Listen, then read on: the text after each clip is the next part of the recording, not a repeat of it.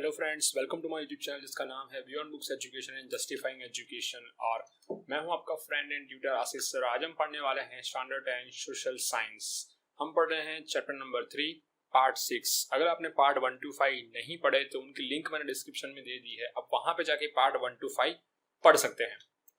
So what we are learn today, आज हम क्या पढ़ने वाले हैं वो एक बार हम देख लेते हैं। Did you know that, otherwise did you think that how we get our national emblem? क्या आपने कभी सोचा है कि हमें जो हमारा राष्ट्रीय प्रतीक है, नेशनल एम्बलम है, वो किस तरह से मिला? और व्हाट इज अशोक चक्र, और अशोक चक्र क्या है? तो इसके लिए हम पढ़ेंगे आज question number 13, write about the art of pillar inscription. हम पढ़ने वाला है art of pillar inscription. Did you think that why Hindus are going to temple but not mosque? क्या आपने कभी सोचा है हिंदूज जो है मंदिर ही क्यों जाते हैं, मस्जिद क्यों नहीं जाते? And when construction of temple were started, और जो हिंदू धर्म में मंदिर बनने की जो परंपरा है कब स्टार्ट हुई और किस तरह से, तो वो हम पढ़ेंगे आज। Why is the Gupta period regarded as the golden age of Indian art? तो इसके लिए हम पढ़ने वाले हैं कि गुप्ता पीरियड, जो गुप्ता का एक तरह का डायनेस्टी है, गुप्ता डायनेस्टी, जैसे चौला डायनेस्टी हम पढ़ के गए 6, 7, 8 में। तो जो गुप्ता डायनेस्टी के जो लोग हैं वो किस तरह से उनके टाइम में उन्होंने मंदिर बनाया, और वो जो उनका टाइम था वो गोल्डन एज क्यों कहा जाता था इंडियन आर्ट्स के लिए। Can be construct one temple from just one rock? क्या आप एक बड़े से पत्थर में से सिर्फ एक बड़ा सा मंदिर बना सकते हो? अगर हाँ तो किस तरह से, और वो कितना मुश्किल रहा होगा उस टाइम पे, वो हम आज पढ़ने वाले हैं। उसके लिए हम पढ़ेंगे question number 15, right about the Rath chariot temple. ये है हमारा beyond books question, you should know this. Did you know about the wettest inhabited place in the world? क्या आप जानते हो दुनिया में सबसे ज्यादा भीगा हुआ शहर या फिर सबसे ज्यादा बारिश वाला शहर कौन सा है, जहां पे हर साल सबसे ज्यादा बारिश होती है? अगर आपको याद है तो ये आप स्टैंडर्ड 9 में पढ़ चुके हो, और अगर नहीं रहा तो आप इस वीडियो को एंड तक देखें। अगर वीडियो अच्छा लगे तो इसे लाइक एंड सब्सक्राइब करना या फिर शेयर करना ना भूलें। सो हम स्टार्ट करते हैं आज का हमारा question number 13, write about the art of pillar inscription और give the information about the pillar inscription. The Maurya emperor Ashoka started practice of engraving a religious edict on specially erected pillars। तो अशोका ने क्या शुरू किया, जो रिलीजियस मतलब कि जो धर्म की अच्छी अच्छी जो बातें थी, जो लोगों को सिखाई जाती थी, जो आज के जमाने हम बुक में पढ़ते हैं, वो सारी जो धर्म की बातें हैं वो उन्होंने एक बड़े से पत्थर पे लिखवाना शुरू कर दिया ताकि लोग उसको आते जाते हुए पढ़ सके या फिर उसको पढ़ के उसको समझ सके।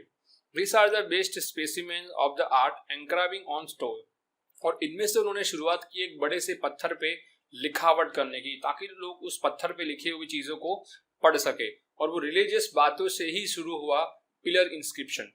This pillar were made from the single rock. आप यहाँ पे देख सकते हो कि ये जो पिलर है यहाँ से लेके यहाँ तक ये एक सिंगल रॉक से बना हुआ है, जबकि ये पूरा ही एक सिंगल रॉक से बना हुआ है। पर यहाँ पे हम इसको 2 पार्ट में डिवाइड करते हैं। अपर वाला जो पार्ट है यहाँ पे लायन है, यहाँ पे इन्वर्टेड लोटस है जो हम आगे पढ़ के गए चैप्टर 1 में, ओके। और ये जो है ये पिलर है, इस पिलर पे जो इंस्क्रिप्शन है वो लिखी जाती, बाकायदा ये पिलर जो है अलग है पिलर इंस्क्रिप्शन से, बट यही पिलर इंस्क्रिप्शन का एक एग्जांपल है। This were so highly polished that this pillar gleam like a glass. ये बड़े बड़े पिलर इस तरह से पॉलिश किए जाते थे कि ये एक कांच की तरह चमकते थे और ग्लास की तरह शाइन करते थे। The religious edict were engraved in Brahmi script. उस टाइम के अंदर ब्राह्मी और संस्कृत ये 2 लैंग्वेज जो है सबसे ज्यादा मानी जाती थी और लोग पढ़ते लिखते थे, इसलिए इस पिलर पे जो लैंग्वेज में लिखा जाता था कुछ भी वो ब्राह्मी स्क्रिप्ट में लिखा जाता था। Pillar inscription of Ashoka emperor erected at Ambala. तो जो अंबाला में अशोका पिलर है जो अशोका महाराजा ने बनवाया था, उसके बाद जो मेरठ में है, वेयर इलाहाबाद में है, सारनाथ में है, लोरिया में है, सांची, काशी, पटना और बोध गया में भी जो अशोका एम्परर थे, राजा थे, उन्होंने ये पिलर बनवाए थे, और ये पिलर के एग्जाम्पल्स हमें इस जगहों से मिले हैं। ये जो पिलर है ये सारनाथ का पिलर है, हमें अंबाला, मेरठ, इलाहाबाद, लोरिया, सांची, काशी और पटना के और बोध गया के जो पिलर है उसके पिक्स नहीं मिले, तो इसको आप गूगल कर सकते हैं या फिर आप पर्सनल विजिट कर सकते हैं वहां जाके। ये जो है पूरा, इसको मैंने यहाँ पे क्रॉप करके रखा हुआ है ताकि आप देख सकते हो, ये इन्वर्टेड लोटस है। ये हमारा जो नेशनल एम्बलम है यहाँ से आया, ये हमारा नेशनल एम्बलम है अभी जो इंडिया में अभी फॉलो किया जाता है, इन्वर्टेड लोटस वाला, जिसके ऊपर 4 लायंस है। इसमें सिर्फ आपको एक ही लायन दिखाई दे रहा है। बकायदा जब हम कोई भी कॉइन या फिर इंडिया की कोई भी करेंसी देखते हैं तो उस पर हमें 4 लायनों वाली एक अच्छी सी आकृति या फिर एक ड्राइंग दिखाई देती है। जहाँ पे नीचे सत्यमेव जयते भी लिखा हुआ है। अगर हम बात करें आगे, the most specular among this pillar is one of the Sarnath, तो इनमें से सबसे अच्छा और फेमस जो है सारनाथ का पिलर है। On the top of the pillar is a figure of 4 lion facing the 4 direction. यहाँ पे जो पिलर है, जो 4 लायंस वाला जो पिलर है, वो इसके ऊपर जो 4 लायंस है वो 4 अलग अलग डायरेक्शन, ईस्ट, वेस्ट, नॉर्थ और साउथ में डायरेक्शन में अपना फेस करे हुए बैठे हुए हैं।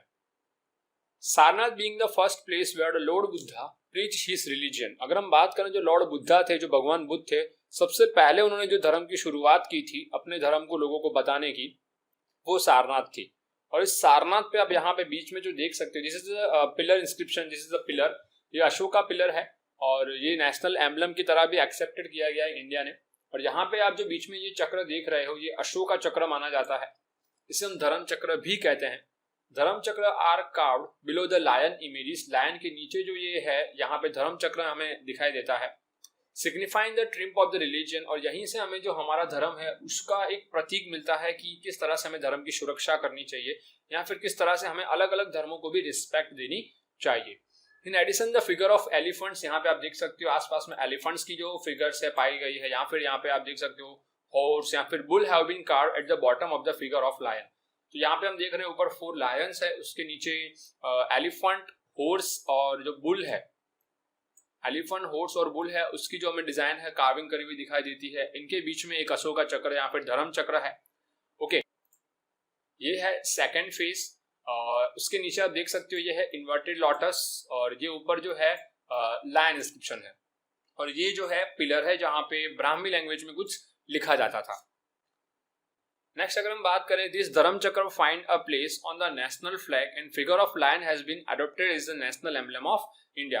तो हमारा जो नेशनल फ्लैग है उसमें भी इस धर्म चक्र को एज ए अशोक चक्र भी जाना जाता है, उसको प्लेस दिया गया है। और इस लायन की जो डिजाइन है, ये जो पूरी डिजाइन है, इसे नेशनल एम्बलम भी डिक्लेयर किया गया है।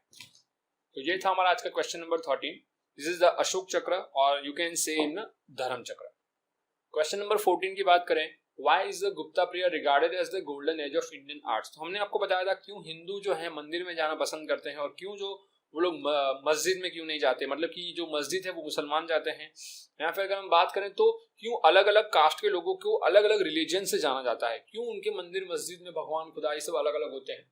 तो अगर हम बात करें तो हिंदू धर्म की अगर यहाँ पे अगर हम बात करें तो टेम्पल्स को अगर हम बात करें, सबसे पहले टेम्पल बनने की शुरुआत कब हुई थी और क्यों इंडिया के अंदर जो टेम्पल है उनकी जो आर्ट्स है उनकी अलग अलग प्रकृतियां हमें दिखाई देती है। The art of the architecture, sculpture, painting, dancing and music flourishing during the Gupta period. तो सबसे पहले अगर हम बात करें तो गुप्ता पीरियड के टाइम में ही शुरुआत हुई थी कि जो मंदिर के आसपास का जो आर्किटेक्चर है, स्कल्पचर है, उनकी जो पेंटिंग है, या फिर आपने कभी मंदिर विजिट किया तो वहां पे आपने देखे होंगे अलग अलग इंसान जो है अलग अलग शेप में या फिर अलग अलग पोस्टर में खड़े हुए हैं, तो डांसिंग करते हुए या फिर उनके हाथ में कभी ना कभी कोई ना कोई म्यूजिक इंस्ट्रूमेंट होता है। तो ये जो शुरुआत हुई थी मंदिर को इस तरह से बनाने की वो गुप्ता पीरियड में हुई थी। The art of the building Hindu temples develop during the Gupta period. यहाँ पे ये चीज हमें नहीं पता कि दुनिया का सबसे पहला टेम्पल कहाँ बनाया था, बट हम ये कह सकते हैं कि इंडिया के अंदर सबसे ज्यादा टेम्पल बनने की शुरुआत है वो गुप्ता पीरियड में हो चुकी थी। पार्वती टेम्पल एट नीनावा जबलपुर, ये जो कुछ टेम्पल के एग्जाम्पल हैं जो बहुत ही फेमस है उस टाइम के, जो गोल्डन एज कहा जाता है गुप्ता पीरियड का, उस टाइम पे बहुत ही फेमस थे, उस टाइम पे बनाए गए थे। तो एक पार्वती टेम्पल है नीनावा जबलपुर, शिव टेम्पल एट बुमरा नागोड़ा, नरसी टेम्पल जो बहुत ही फेमस है एमपी में, जो आज भी आपको विजिट करने मिलेगा, नरसी temple at Eran in MP, गोड temple at Jamnagar are the specimen of the temple architecture of the Gupta period. ये कुछ मंदिर है 3 से 4 जो गुप्ता पीरियड के टाइम में बनाए गए थे। Besides this a large number of stupa, vihara, chaitya, math, pillar and flag posts were build. और इसके साथ साथ अगर हम बात करें तो जो स्तूपा है, जहाँ पे हम लोग कहते हैं जो बौद्ध धर्म के लोग या फिर हम कहते हैं भिक्षुक वगैरह जो है रहते हैं, विहार जो है, चैत्य है, मठ, पिलर, फ्लैग, ये सारी की सारी चीजें भी उस टाइम में बनाई जाती थी। बुद्धा स्टैचू ऑफ सारनाथ, सबसे अच्छी चीज यहाँ पे यह है Buddha statue at Sarnath, statue of lord Vishnu at Mathura, statue of Mahavir Swami and statue of lord Vishnu in Varaha. Varaha मतलब कि ऐसा पोज जहां पे एक योद्धा जो है अपने हाथ में धनुष लिए खड़ा है, is the position of Varaha, जो उदयगिरी में मिले हैं। ये उसके बेस्ट एग्जांपल्स हैं, इसके कुछ मैं आपके साथ पिक्स में आपके सामने रख रहा हूँ। ये है ये स्टैचू ऑफ सारनाथ नहीं है, बट ये statue of Vishnu at Mathura में, ये है फर्स्ट वाली big statue of Vishnu at Mathura.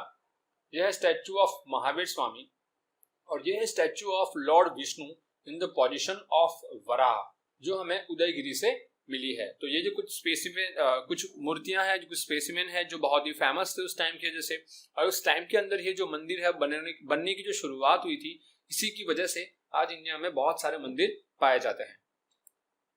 Due to the remarkable progress in the art of the sculpture and architecture, Gupta period is regarded as the golden age of Indian arts। और जो Gupta period था, उन्हीं के time के अंदर sculpture और architecture का बहुत ही अच्छा खासा प्रोग्रेस हुआ था, जिसकी वजह से इंडिया में स्कल्पचर एंड आर्किटेक्चर का डेवलपमेंट हुआ। और इसी रीजन की वजह से हम गुप्ता पीरियड को गोल्डन एज या फिर इंडियन आर्ट्स में प्रमोट करने की वजह से उसको जाने जाते हैं, कि वही टाइम था जहाँ पे एक गोल्डन टाइम माना जाता है, जब बहुत सारा स्कल्पचर और आर्किटेक्चर इंडिया में इंप्रूव हुआ और उनको बहुत इंपॉर्टेंस दी गई। हमारा क्वेश्चन नंबर 15 है, right about the Rath chariot temple. हमने आपको क्वेश्चन पूछा था, क्या एक बड़े से पत्थर में से एक मंदिर बनाना इजी है, पर टास्क ये है कि उस पत्थर को आपको तोड़ के अलग अलग नहीं करना, उस पत्थर में से ही आपको एक मंदिर बनाना है। तो हाँ, ये पॉसिबल है। The Rath chariot temple is a distinct form of a temple architecture in the southern part of the India. This were built by the rulers of the Pallava dynasty. तो पालवा डायनेस्टी के जो राजा महाराजा थे, उन्होंने इस मंदिर को बनाया था। और ये मंदिर का जो आर्किटेक्चर है साउथ इंडिया में, ये बाकी मंदिरों से बहुत ही अलग है और बेनुमान है। क्यों, ये हम आगे जानेंगे।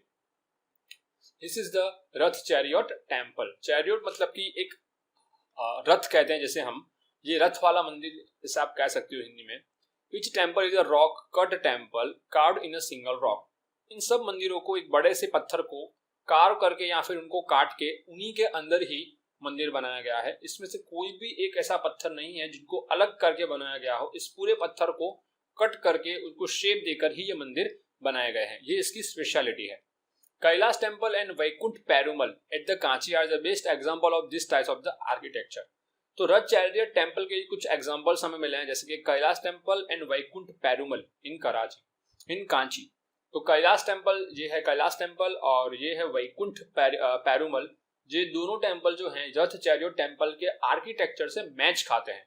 Okay, the 7 chariot temple and mandapa of Mahabalipuram are world famous. तो जो महाबलीपुरम का जो मंडपा है, इसके बारे में हम डिटेल में पढ़ेंगे लास्ट में, जब लास्ट वीडियो आएगा वहां पे मैं आपको मंडपा के बारे में, महाबलीपुरम क्या है, साउथ इंडिया के मंदिर के ऊपर आपने देखा होगा ये बड़े बड़े जो घूमट होते हैं ये क्या है, और इनके जो मंदिर हैं इतने डिजाइन वाले क्यों होते हैं और इतने डिफरेंट क्यों होते हैं बाकी मंदिरों से, ये भी हम डिटेल में पढ़ेंगे। यहाँ पे हमें सिर्फ ये रखना है कि 7 रथ वाला जो एक मंदिर है, 7 चैरियट टेम्पल भी नाम से जाने जाते हैं। मंडपा जो है, यहाँ पे मैं आपको क्लियर कर दूं, मंदिर के ऊपर जो ये घूंघट है इसे मंडपा कहते हैं। यहाँ से लेके ये जो एंट्रेंस गेट है इसे हम मंडपा कहते हैं, इसे हम घूंघट कहते हैं। तो ये जो मंडपा है महाबलीपुरम का 7 रथ वाला टेम्पल, वो वर्ल्ड फेमस है। This is the temple of 7 chariot. जो 7 चैरियट टेम्पल है महाबलीपुरम का। This 7 chariot have been named after the famous character in epic Mahabharata. यहाँ पे जो 7 रथ वाले जो मंदिर थे, इनका नाम महाभारत के कैरेक्टर से रखा गया था। The biggest among the 7 chariot temple, इसमें से जो 7 बड़े मंदिर थे उनमें से सबसे बड़ा जो मंदिर है युधिष्ठिर का था। धर्मराजा के नाम से भी इसको जाना जाता है। एंड सबसे जो छोटा टेम्पल था, the smallest after the name was the Draupadi. तो यहाँ पे जो सबसे बड़ा मंदिर था वो युधिष्ठिर धर्मराज के नाम से जाना जाता था, और जो सबसे छोटा मंदिर है उसे हम द्रौपदी के नाम से जानते हैं। This temple have intricate beautiful carving. और यहाँ पे जो मंदिर है वो बहुत ही सुंदर तरीके से बनाए गए हैं, ये इसकी स्पेशलिटी है। तो आप अगर साउथ इंडिया में जा रहे हो तो इस मंदिर को विजिट करना ना भूलें, क्योंकि ये बहुत ही बेनुमान और बहुत ही अच्छा टेम्पल है। तभी हमारा question, you should know this. अगर आपको ये वीडियो अच्छा लग रहा है तो प्लीज इसे लाइक और शेयर करना ना भूलें, और आपको नीचे दिया गया बेल आइकन क्लिक करें ताकि आपको सारे वीडियोस टाइम टू टाइम मिलते रहे। Wettest inhabited place in the world. दुनिया में सबसे ज्यादा बारिश कहाँ पे होती है? तो ये है Mawsynram in India. Mawsynram a village on the Khasi hills, Meghalaya. India के मेघालय मौसीनरम में आज तक की दुनिया की सबसे ज्यादा बारिश पाई गई है। This is the highest record average rainfall in the world in Cherrapunji. Also part of the Meghalaya holds the record for the most rainfall in the calendar year of 1861। 1861 में यहाँ पे दुनिया की सबसे ज्यादा बारिश होने का रिकॉर्ड पाया गया है, और आज तक ये रिकॉर्ड किसी जगह भी नहीं टूटा। इसके बावजूद यहाँ पे हर साल मॉनसून की सीजन में दुनिया की मैक्सिमम बारिश होने के चांसेस ज्यादा होते हैं। यहाँ पे हर साल बहुत ही ज्यादा बारिश होती है। तो अगर आपको आज का वीडियो अच्छा लगा तो उसको लाइक करना ना भूलें। Thank you so much, have a nice day, bye bye.